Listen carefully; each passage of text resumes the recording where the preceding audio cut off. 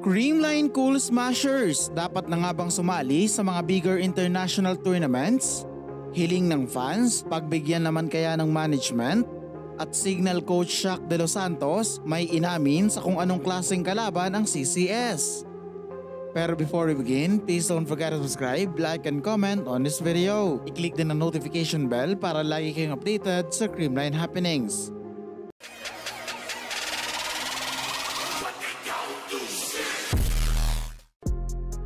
Sa ikasampung pagkakataon, ipinakita ng Creamline kung bakit sila ang best women's volleyball team sa Pilipinas.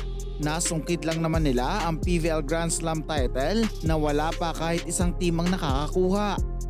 Bagamat sinubok ng tadhana at nagkaroon ng mga talo, hindi ito naging hadlang para makuha pa rin ng kupunan ang inaasam-asam na tagumpay.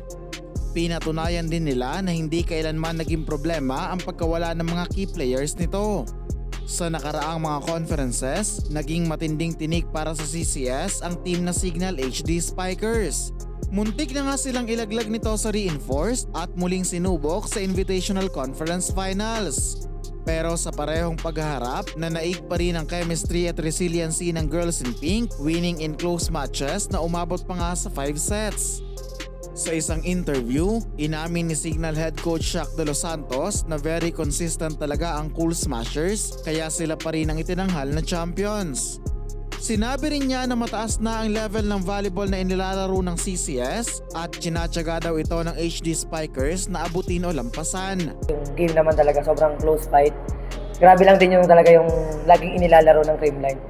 Very consistent sila. Happy ako kasi kahit pa paano medyo lumalapit na rin kami sa level nila. Yun yung magiging target namin. At kaugnay nga sa sinabi ni Coach Shaq, may mga supporters na humihikayat ngayon sa team na mag-explore ng other opportunities to improve at sumali sa mga international tournaments. Isang netizen nga ang nagsabi na dapat regular nang sumali ang 10-time PVL champs sa Asian Women's Club Volleyball Championship kung saan mga dekalibreng club teams ang lumalahok. Dito daw ay magkakaalaman kung nasaan na ang level ng Philippine volleyball at deserve din daw ng kupunan ang mapabilang sa bigger stage. Suportado naman ng ilang fans ang mungkahing ito, saying dapat mag-leave of absence muna ang Creamline sa PVL para makapag-focus sa bigger and tougher competitions. Need rin daw ng matinding willingness at dedication kapag sasali sa mga ganitong tournaments dahil hindi basta-basta ang mga makakaharap.